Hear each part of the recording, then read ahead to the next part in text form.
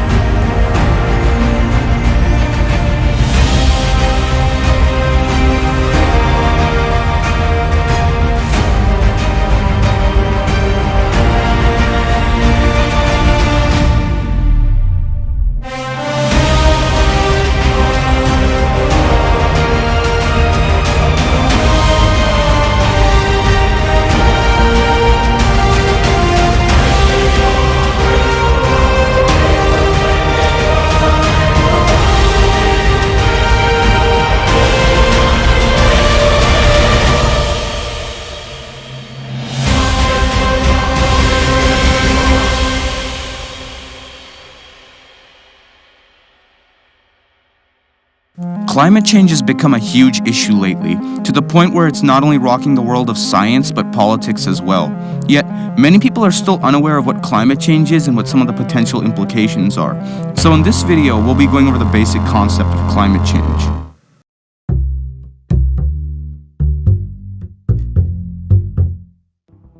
The sun's rays take roughly 8 minutes to travel that 93 million mile distance to Earth, where it will light up our beautiful skies.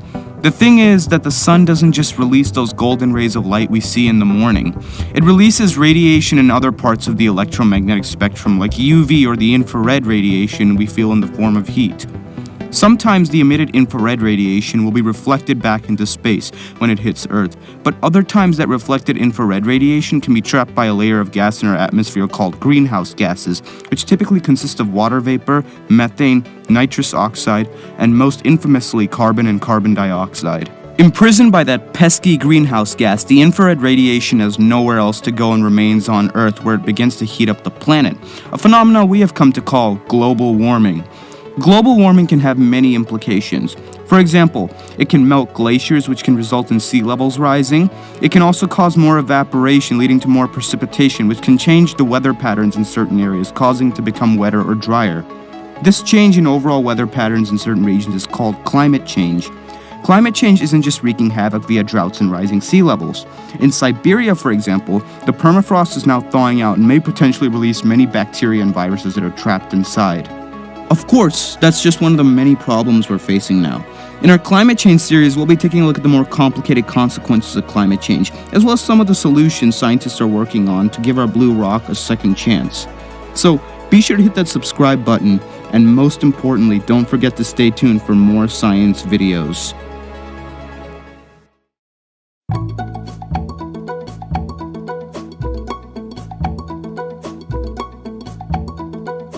The Earth has always experienced climate change. Variations in the planet's tilt and its orbit around the Sun produce climate patterns called Milankovitch cycles. In the last few million years, the cycle has alternated between cold periods called ice ages and warmer periods called interglacials. Scientists use a number of techniques to study climate. Pollen grains preserved in lake and bog sediments tell us about flora that thrived in the past. The rings of trees, thicker in warm, wet years and thinner during cold, dry ones, record the climate. Ice core samples containing bubbles of ancient air store data that goes back about 1 million years. And the chemistry of ocean sediments can provide an estimate of water temperatures going back 65 million years to the time of the dinosaurs. At the peak of the last ice age, about 21,000 years ago, an ice sheet covered most of Europe and North America. Our current geologic epoch, the Holocene, is an interglacial period that began 12,000 years ago. When the ice melted, numerous species of plants and animals prospered in the warmer climate. The stable temperatures of the Holocene enabled humans to develop agriculture. Eventually, humans began to impact the environment by clearing timber and depleting soil resources. Still, the atmosphere largely stayed the same throughout the agrarian era.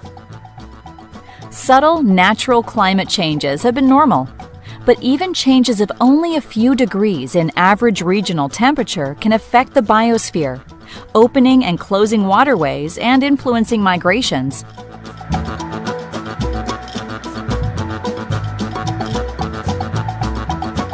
Human impact on the global climate increased sharply after the Industrial Revolution. Average temperatures began to rise in the early 20th century. This was largely caused by carbon dioxide emissions from the burning of fossil fuels, such as coal, oil, and natural gas. Carbon dioxide is a greenhouse gas. It absorbs invisible heat radiation from the Earth, emitting much of it back down. Consequently, the Earth's surface is heated by both visible sunlight and infrared radiation from the atmosphere, in what is called the greenhouse effect. Scientists project that average global temperatures will increase by several degrees this century if nothing is done. perhaps even exceeding the 5-degree temperature fluctuations typical between an ice age and an interglacial period. This will cause changes in weather patterns, and sea levels will rise as the ice sheets on Greenland and Antarctica melt. Global warming threatens forest and ocean habitats, especially coral reefs, which live in a narrow range of temperature. To fight global warming, we'll need a global commitment to conserve energy, develop sustainable energy sources, and preserve our forests.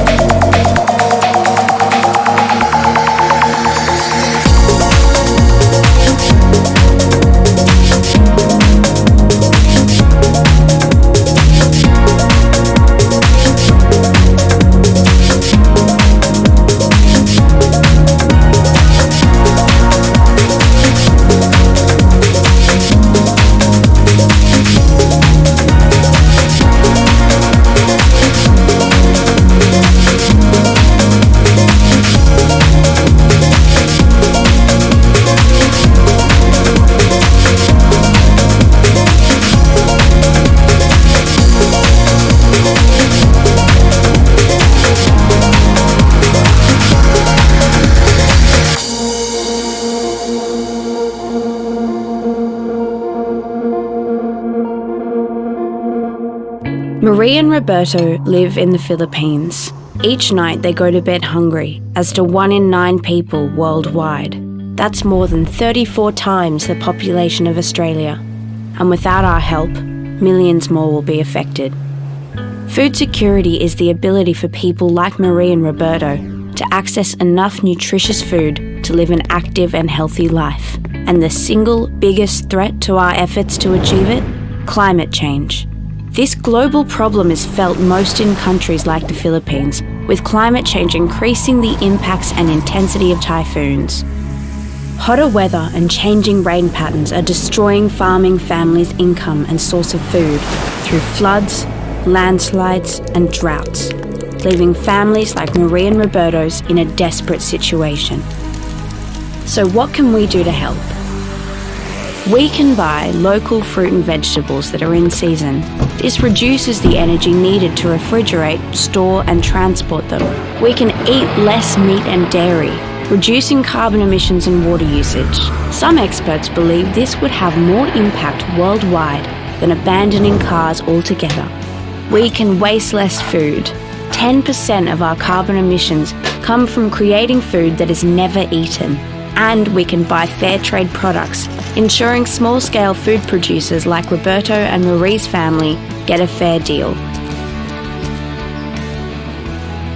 Local actions equals a world without hunger.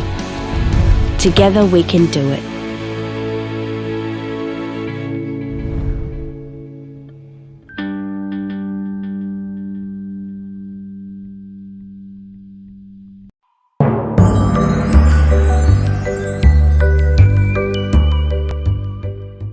The year is 2100. Human population has reached 10 billion. As temperature rises and ice caps continue to melt, rising sea levels have caused huge swaths of land to be permanently underwater. Major cities such as London, New York and Mumbai no longer exist. Millions of people have had to leave their homes, city population have risen, and stepping outside means breathing in extremely polluted air and endangering your life. Once fertile farmland has become unworkable as soil turns into dust. The number of people not getting enough food increases, rivers and seas are polluted, the provision of clean water an ever-increasing problem. This sounds like the plot of a dystopian novel, but it could end up being real.